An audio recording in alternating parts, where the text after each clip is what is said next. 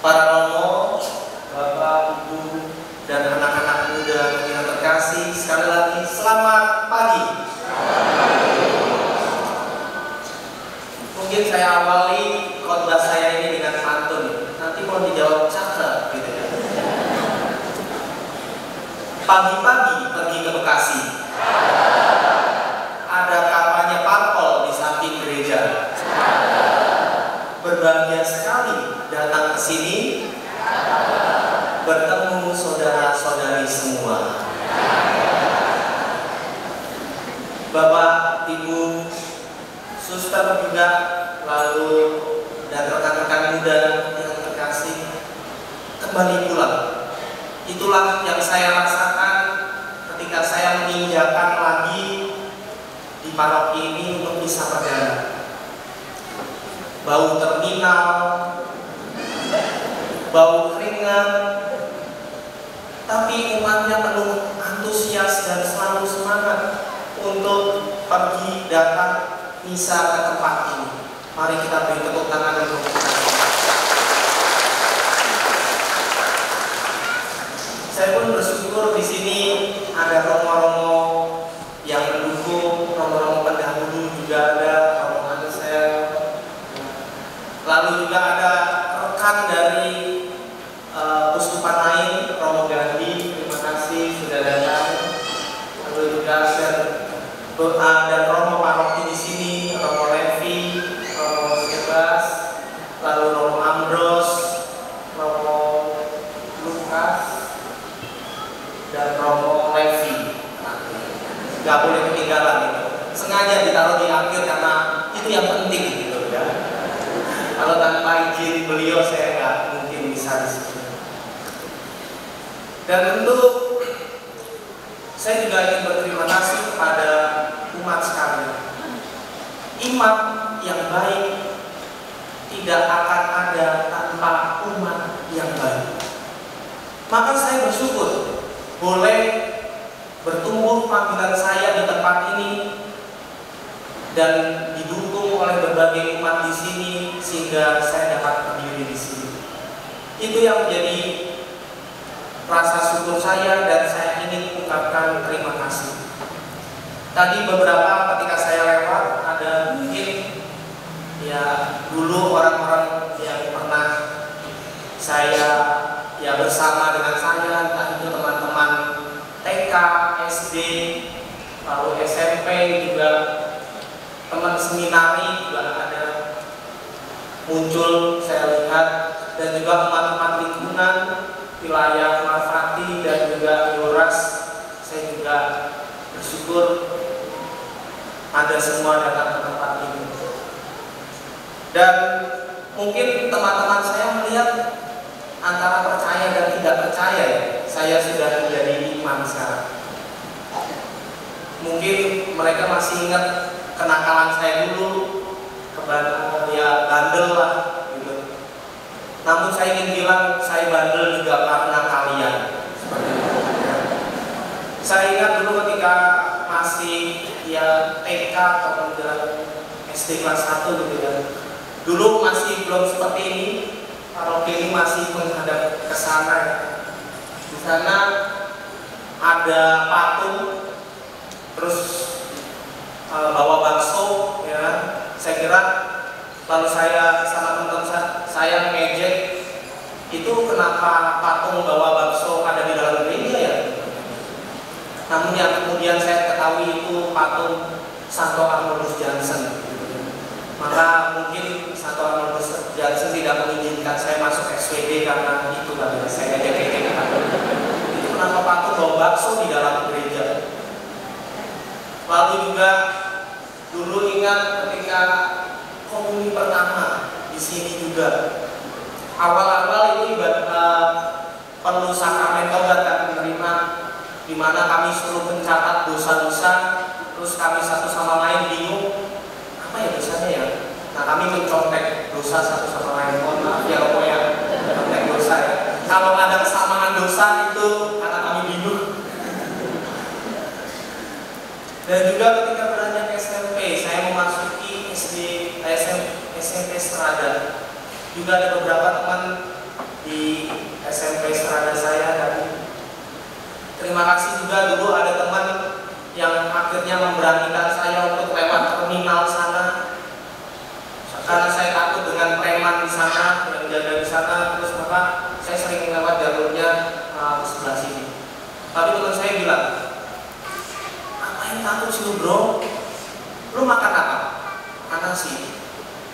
Terus preman itu makan apa? Makan nasi. Ya udah sama-sama makan nasi, gak usah takut dong, kata dia.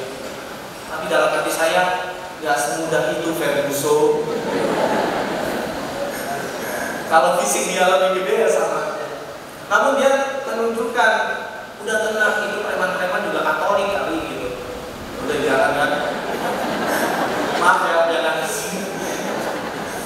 Terus ketemu abang-abang di sana. Dari mana deh? Gitu. Itu bang dari gereja, terus sekolah, pulang. Doain abang ya. Emang apa Katolik? Iya. Oh apa ke gereja? Ya kalau semua ke gereja, siapa yang jaga gereja di luar? Terima kasih untuk preman-preman yang mungkin ada di sini juga. Dan bagi saya itu pengalaman yang sungguh menakjubkan, dan bagaimana ya bersyukur bisa sampai saat ini saya berada dewasa. Dan terima kasih juga peran-peran Romo yang dulu yang membantu juga perkembangan iman kita, umat di sini itu kira-kira 25.000. Salut terhadap Romo-Romo yang kuat untuk melayani kita semua. Kita beri tepuk tangan untuk Romo-Romo yang melayani. Tanpa keberadaan mereka mungkin umat di sini chaos ya, kacau ya. Dulu saya ingat gitu, ketika masih kecil, di mana dulu Romo Parokinya, Romo Ansel gitu ya. Wah, gitu loh. Dulu wilayah Yoras ikut tur, ya kan? Dapat membawakan tur. Jadi lagu pembuka itu memakai lagu persembahan. Langsung berhenti. Itu lagu apa? Gitu kan? Terus saya kan masih kecil ya, bingung. Saya tanya ibu saya, itu kenapa? Sudah tinggi itu Romo darah tinggi.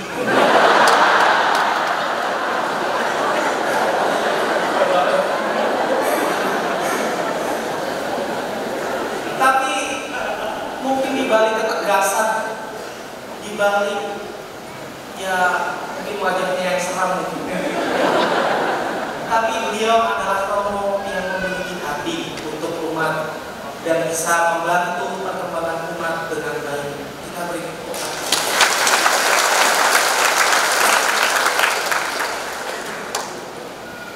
Ya, sekali lagi saya katakan saya sungguh terharu bisa misa perdana di sini, menjumpai orang-orang yang dulu ikut terlibat dalam perjalanan magang saya, dan juga kehidupan umat di sini yang sungguh saya rasakan sungguh mengharukan. Bapak, Ibu, Suster, Bruder ada kan? Bruder dan rekan-rekan muda yang terkasih,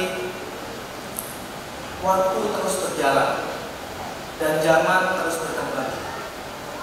Teman-teman saya udah ada yang nikah, udah ada yang kerja, kemana. Semoga ikatan persaudaraan dan cinta yang sudah terjalin di antara kita di paroki ini terus terjaga dan bertumbuh. Dan saya juga berharap semoga di tengah perbedaan peran kita sekarang, dan entah melalui hidup menikah, hidup selibat seperti kami, atau juga dengan peran-peran dengan berbagai tugas pekerjaan, ada yang jadi polisi, ada yang jadi preman, ada yang jadi dokter, ada yang jadi politikus dan macam-macam. Kita mensyukuri segala anugerah dan pilihan yang sudah kita ambil atas anugerah itu, dan semoga kita bisa saling melengkapi dan menopang dalam perjalanan hidup ini. Dan akhirnya semoga kita semakin berani untuk menjadi saksi keselamatan Allah di tengah tantangan zaman sekarang ini, tantangan yang semakin lama semakin besar, dan perlu kita satu sama lain saling menopang.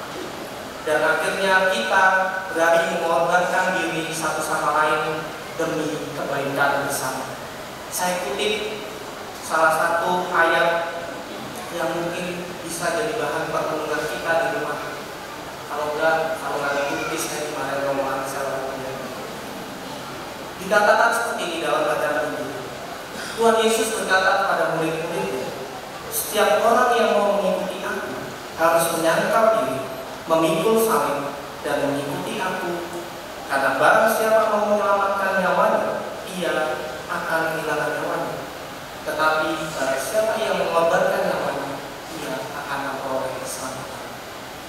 Semoga kita mempunyai satu visi yang sama, keselamatan Allah, membagikan keselamatan Allah itu kepada orang-orang sekitar kita, dengan kita saling mendukung dan menopang satu sama lain melalui peran kita masing-masing. Kita ingin silakan.